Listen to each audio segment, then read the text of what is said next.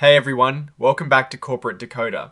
Today MUSQ just filed its annual shareholder report for the period ending the 30th of April, 2026, and I'm seeing some interesting performance trends in the music industry. Quick note, this is not financial advice, just my take on public filings for educational purposes. The fund's performance did not keep up with the broader market this past year, but the underlying industry themes remain compelling. Alright, let's dive into what the MUSQ Global Music Industry Index ETF, or MUSQ as it is also known, is telling us. This is basically an exchange-traded fund, or ETF, designed to track the performance of companies involved in the global music industry.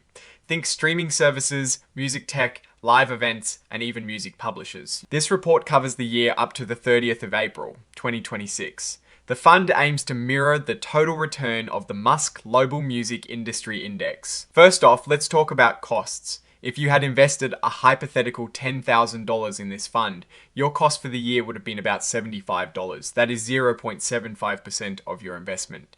This fee covers the expenses of running the fund. Now, for the big question, how did it perform? The fund experienced positive performance, but it significantly underperformed the broader market. It achieved a total return of just 0.79%. Compare that to the VettaFi Full World Index, which is like a benchmark for the global stock market, that gained a massive 31.56%. So, while music had a good year, the rest of the world had a much better one. The report explains that streaming platforms, music equipment and technology, and live music all contributed positively. However, the content and distribution segment actually dragged down the performance. It is interesting to hear them mention how technologies like artificial intelligence and the changes in radio are reshaping how music is created, distributed, and monetized. They note that streaming is pretty saturated in developed markets now, so future growth will likely come from higher prices and better monetization strategies. The long-term outlook for the music industry is still seen as positive, offering some diversification for investments. Looking at the specifics, some big names really boosted the fund. Alphabet, the parent company of YouTube, saw a huge jump of 143%. Madison Square Garden Entertainment, which runs live venues, also did exceptionally well, growing 106%. On the flip side, some major players struggled. CTS Eventim, a European event producer, was hit hard, down 43%. Music publisher Universal Music Group and streaming giant Spotify both saw declines of 27%. This shows the mixed bag within the music industry itself. Let's look at performance since the fund started. It began operations on the 6th of July 2023. If you invested $10,000 when the fund launched, here is how it would have fared. As of the 30th of April 2026, the MUSQ Global Music Industry Index ETF had an average annualized return since inception of 1.93%. That is pretty modest. For comparison, the VettaFi Full World Index has an annualized return of 20.37% since inception. The MUSQ Global Music Industry Index itself, the actual index, returned 2.74% annualized. So, the fund is trailing both the general market and its own underlying index. Interestingly, the index itself, the MUSQ Global Music Industry Index, has performed better than the ETF tracking it, returning 2.74% annualized versus the ETF's 1.93%. This points to the impact of those fund expenses we mentioned earlier. Now, for some key statistics about the fund as of the 30th of April 2026. The fund managed total net assets of about $21.9 million. That is a decent amount, but not huge for an ETF. It holds 32 different companies. The total advisory fees paid added up to about $179,000. And the portfolio turnover rate, which measures how often the fund buys and sells its holdings, was 41%. This suggests a moderate level of trading activity. Let's see where the fund has invested its money. A massive 75% of the fund's assets are in the communication services sector.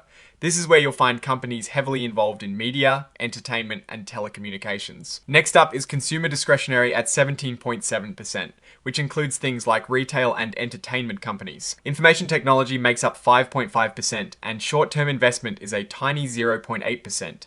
This sector concentration heavily influences the fund's overall performance, meaning if communication services go up, the fund likely goes up and vice versa. The top 10 holdings give us a clearer picture. Live Nation Entertainment accounts for 11.2%. Universal Music Group is at 9.6%. Spotify Technology holds 9.2%.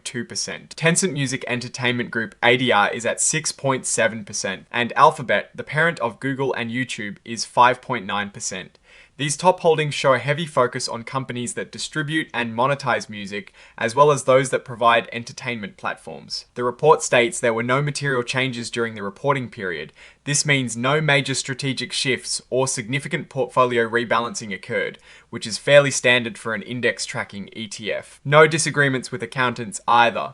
This usually signals a smooth relationship with the auditors. Looking at the fees paid to their accountant, Cohen and Company Limited for the year ending the 30th of April, 2026 audit fees were $211,725 and tax fees were $49,000. These are pretty standard for an investment fund of this size. The fund has an audit committee and confirmed they have a financial expert on it, Timothy Jacoby, who is also an independent trustee. This is good governance, ensuring oversight of financial reporting. Now, let's drill down into the financial statements themselves. The schedule of investments is where we see the fund's actual holdings.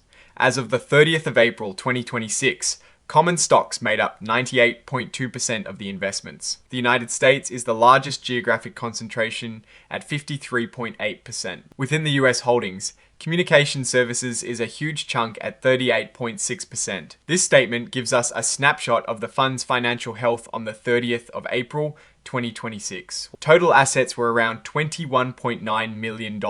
Liabilities were very low, just about $13,448. That leaves net assets of $21.9 million.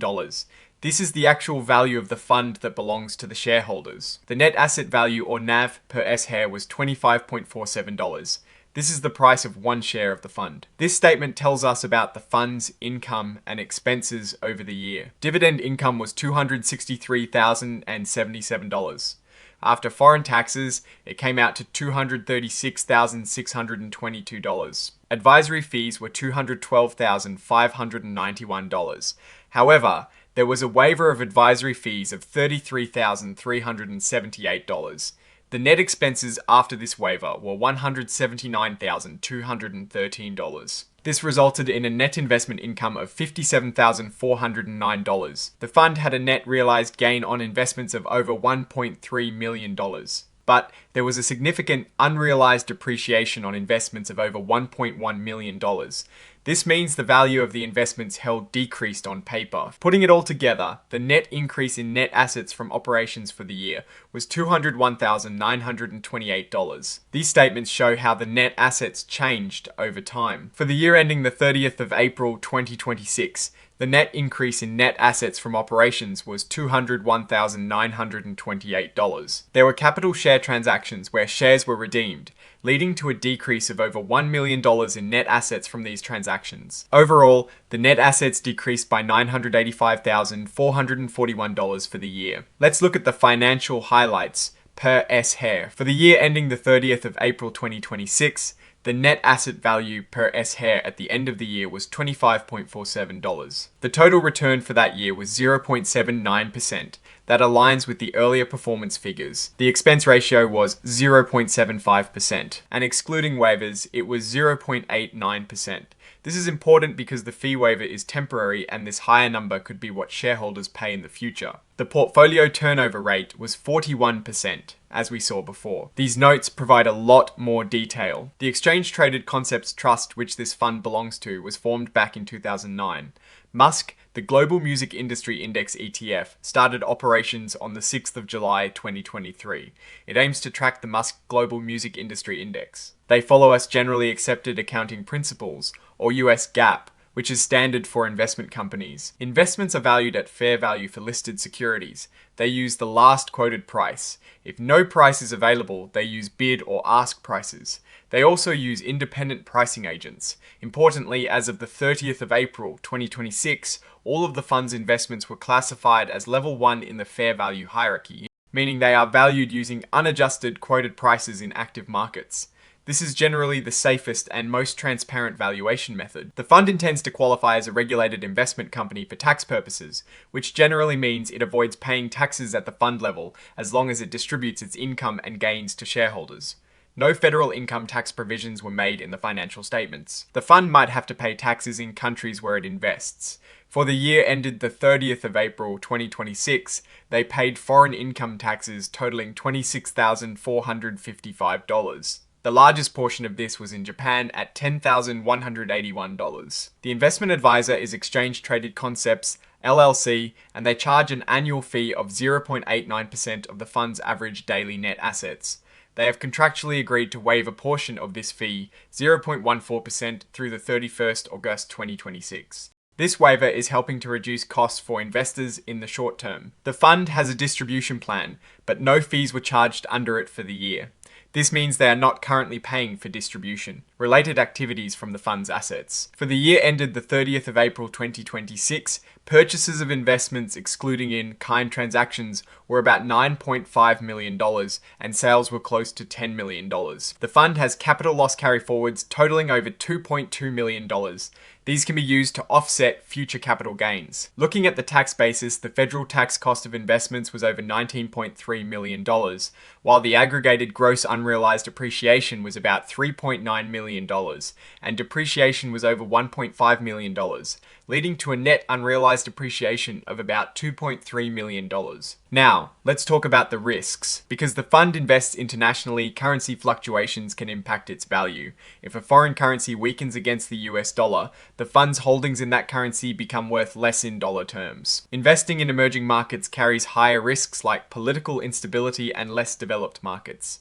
The fund has exposure to these markets, which can be more volatile. Similarly, investing in foreign securities outside the US comes with risks like currency fluctuations, political actions, and sometimes less available information about companies. As an ETF, only a few large institutions, called authorized participants, can create or redeem shares directly.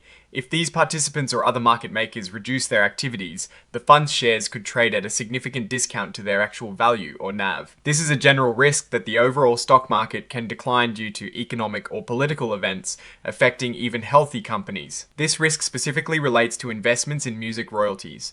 A decline in demand for music royalties could hurt the income and cash flows of these trusts. The fund is classified as non-diversified, meaning it can invest a larger portion of its assets in a smaller number of issuers compared to a diversified fund.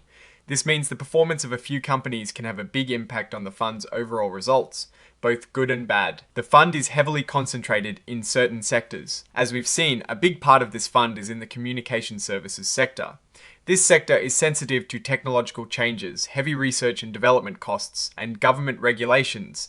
Competition is also a major factor. Companies in this sector can experience rapid and unpredictable growth changes. The auditor, Cohen and Company Limited, has issued a clean opinion on the financial statements, meaning they believe the financial reports are presented fairly. This section provides tax information relevant for shareholders within the 30th of April tax year end.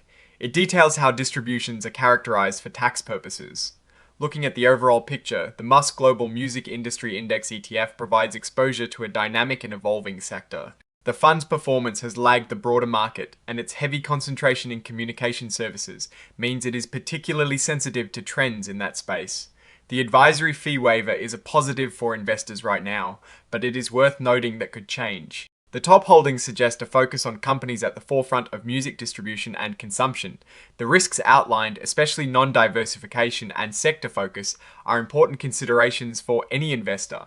My biggest concern is the significant underperformance compared to the broader market and its own index.